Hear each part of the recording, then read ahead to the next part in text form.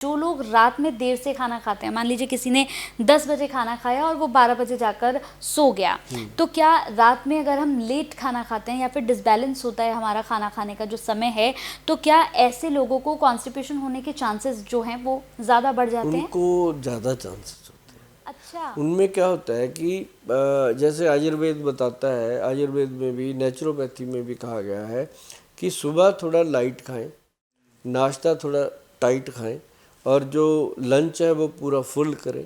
Lunch करने के बाद 1 घंटा आधा घंटा लेटें या सो जाएं और उसके बाद आप जो डिनर है वो बहुत हल्का करें।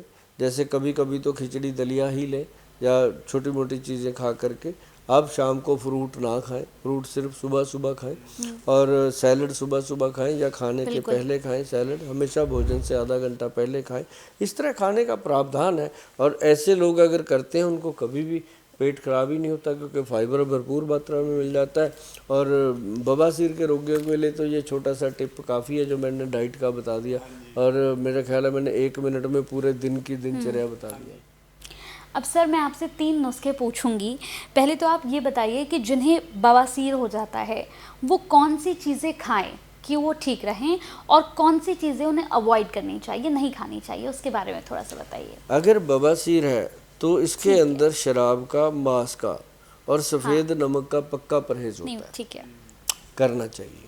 और रही बात जो शराब या मांस नहीं खाते, जो शाकाहारी लोग हैं जो कहते हैं हम तो कुछ भी नहीं करते ऐसा, उनके लिए भी है।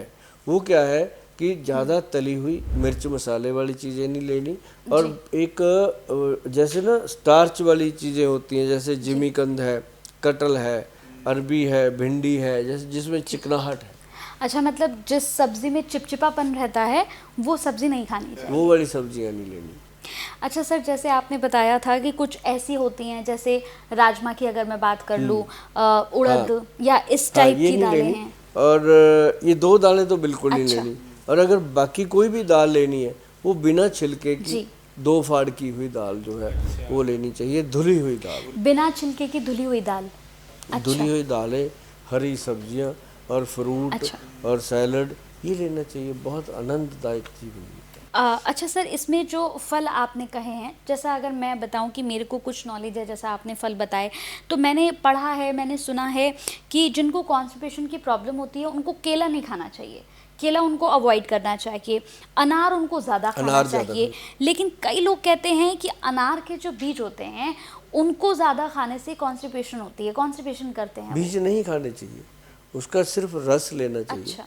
और जो बीज है, मैं आपको एक बात और वही बताऊं, वही वही। जो बीज भगवान ने दिया, अब जैसे जी तरबूज का बीज है, वो अगर तरबूज के जी। साथ उस बीज को भी खा जाए, मतलब बीज को लोग छोड़ देते हैं साइड पे, भगवान क्यों देते हैं? भर भर के उन्होंने बीच में फंसा दिए कि चाह के भी ना थूक सके बंदा खाए, लेकिन फिर भी लोग कांटे से निकाल निकाल के उसको अलग कर देते हैं। जब बीज खाने से इतना फायदा, प्योर फाइबर है, कब्ज हो ही नहीं सकता। और सबसे ज्यादा न्यूट्रिशन तो बीजों में आप ही होता देखो है ना कितने सर, बड़े सबसे बड़े ज्यादा तो उन्हीं हॉस्पिटल में ना, होता है सॉरी, बीजों में। 5 स्टार होटल्स है, आप जाते हो, स्टे करते हो, सुबह जब आप नाश्ते पे जाते हो तो सबसे आगे तरबूज पड़ा होता है, उसके बाद पपीता होता है, उसके बाद बाकी चीज़ें होती हैं। क्यों होता है ये आगे? क्योंकि उनको पता है कि जो 5 स्टार में रहने की हैसियत रखता है इंसान, उसको ये चीज़ों की भी नॉलेज है कि उसको खाना जी क्या है। तो इसी तरह मैं कहता हूँ कि आप जैसा भी आपका घर है, जैसा भी आपका रहन सहन है, जैसी भी आपकी हैसियत है, आप ये समझो कि आपका घर जो है वो आपके लिए ताजमहल होटल है। हमारे पंजाब में कहते हैं कुल्ली यार दी स्वर्ग दा झूठा अग लगे महलां नूं। इसका मतलब है कि जो अपना घर है वो चाहे झुग्गी ही क्यों ना हो, कुल्ली ही क्यों ना हो, वो स्वर्ग है। जो महल है हमने उससे क्या लेना? वो ये बात पंजाबी में बोली कि महल से हमने क्या लेना, हम झुग्गी में रहते हैं, हमारा वही ताजमहल है। और उसकी रसोई का जो एरिया है वो कितना है, आपने उसी को स्वच्छ बनाना है। घर में रसोई, शरीर में पेट, एक ही चीज़। आप इसको साफ रखो और उसको साफ रखो, ज़िंदगी बहुत मस्त निकलेगी। लेकिन सर कहते हैं कि लंबे समय तक अगर आप बैठकर काम करते हैं या फिर लंबे समय तक आपका ड्राइविंग का काम होता है, आप ड्राइविंग बहुत ज़्यादा करते हैं, तो भी पाइल्स का जो खतरा है वो बना अब रहता जैसे है। बहुत कंप्यूटर पे सारा दिन 8-8 घंटे, अच्छा। उनको पता ही नहीं चलता कितना टाइम हो गया, जब उठकर खड़े होते हैं तब पता चलता है। और उसके अंदर क्या होता है उनका कि वो पानी कम पीते हैं। अच्छा उनको पता ही नहीं लगता। जी जी। और मैं कहता हूँ कि हमेशा पानी का गिलास पास रखो, जब समय मिले 2 सिप पानी पियो। पानी भी सिप कर करके पीना चाहिए ताकि सलाइवा जो है मुंह का वो पेट में जाए। और यही एक मुख्य, और जो ज़्यादा बैठकर सिटिंग है जिनकी, उनके लिए तो त्रिफला बहुत ही गुड है, उनको लेते रहना चाहिए। और उससे, क्योंकि सारा दिन जो सिटिंग जॉब है उसमें वेट भी बढ़ेगा, नेचुरली है। और त्रिफला जो है वो वेट को मैनेज करता है। और ये अगर आपने सुना होगा पूरे एपिसोड में मेरे मुंह से बार बार त्रिफला सुना है, त्रिफला सुना है, त्रिफला सुना है, तो त्रिफला ही इसका असली ट्रीटमेंट है। तो त्रिफला ही पेट को साफ करता है, मेन ये है। हाँ, और वो भी 1, 2 और 4 की। ठीक है।